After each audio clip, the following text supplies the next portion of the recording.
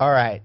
Okay, so speaking of House races, as Steve was just bringing up right there, we actually have on the line right now Jim, I believe Jim Marter, who's running for the U.S. Congress in Illinois. He's calling in our guest line. We had talked to one of his staffers last show and over the course of the week, and I was trying to figure out where to make this work, and I'm glad he just called in because it was perfect timing. So, Jim, I really want to thank you for joining us here on Breitbart News Saturday. You're running against Lauren Underwood. This is a Democrat-leaning district, but it's doable, I think, for the Republicans. Right. D+2 or 3 or something like that in the Cook Political Report. So, Jim, talk to us about your race for Congress there in Illinois and how important this district is for the bigger picture here. Because if you're able to defeat Lauren Underwood, I tell you right now, we are not having Speaker Hakeem Jeffries. That's right. You know, it's a pickup seat opportunity that it's not on their radar. You guys are just talking about how important it was to keep the House. This is one path to doing that. And we call her left of the squad, Lauren. I also have a couple other nicknames that are like Misinformation, Miss Underwood. But she's as radical as you get. Left of the squad, we look at Conservative Review, 2% score for Underwood, whereas you have Rashida Tlaib, Ilhan Omar, Cori Bush, AOC all around between 18 and 20%. So how radical is that? She hands out with the Jihad Squad. She was campaigning with Ilhan Omar in Minnesota a few weeks back.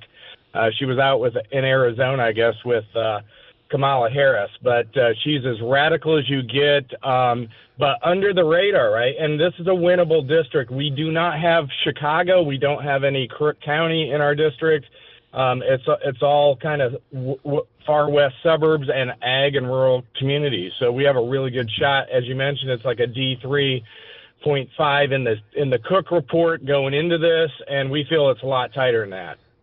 Right. So tell us about the twists and turns in your race. I haven't followed it too closely because I've been so focused on the presidential, but I agree with your assessment of Congresswoman Underwood. I think she is one of the most radical members of Congress there is. If you look at her voting record, you look at what she does and what she says, et cetera, it's just so far out there. But walk us through the twists and turns in this race and how you got to this point where it's close. Yeah, you know, look, it's I've been out there campaigning. We have 7 counties in the district. I live in the middle of it, in Oswego and Kendall County. We have Will County, lots of other DeKalb, Sycamore, remote areas, NIU, Northern Illinois University. But we've been out there every day on this path. She's really kind of, and it's a weird thing because when she challenged our Republican incumbent 3 terms ago, she was everywhere. Now she's pretty much nowhere to be found. She kind of hides like Biden in the basement.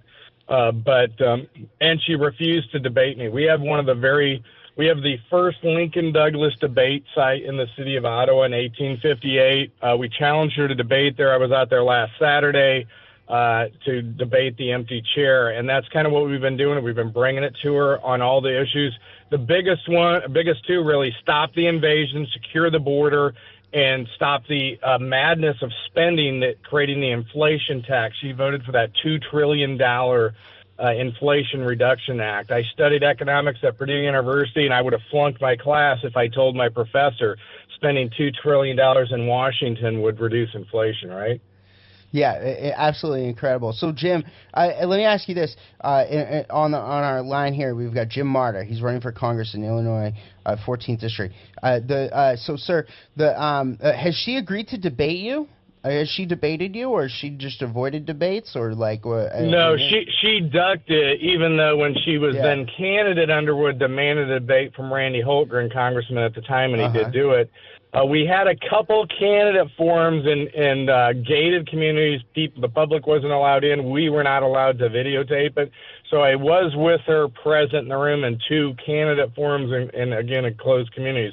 Unfortunately, nobody got to see any of that because there was some good stuff we had that we can release out of that. But we've been doing it anyway. We've been taking your issues on the social media, on the ads, direct mailers to the folks. We're under the radar of the fake news. They don't like to cover this race fairly, but they never do. So we're not worried about that. But we're taking it to the voters, and we feel like we got a great shot. Really incredible stuff. Okay, so Jim Marter, Where can people go to learn more about you, get involved in the campaign? I know it's only 2 days left here, but I'm sure you can take all the help you can get, right? Like, so where can people go to get involved and help you out here in the final days? My last name is spelled Marter. That's Marter for Congress, the number 4 Congress.com. You can find me on the internet, on Facebook, Instagram, and Twitter or X on that same account. So that's where you find us. Really incredible stuff. And I'll tell you right now, if Jim Marter wins this congressional race, Hakeem Jeffries will not be the Speaker of the House in January. That's right. That's right. We're going to stop 100% right. So, all right, thank you, sir, for calling in. We'll be watching that race very closely. We'll talk to you again real soon. Again, folks, Breitbart News Saturday here on Sirius XM 125, the Patriot Channel. I'm Matt Boyle, our Washington Bureau Chief. We're broadcasting live today from St. Augustine, Florida.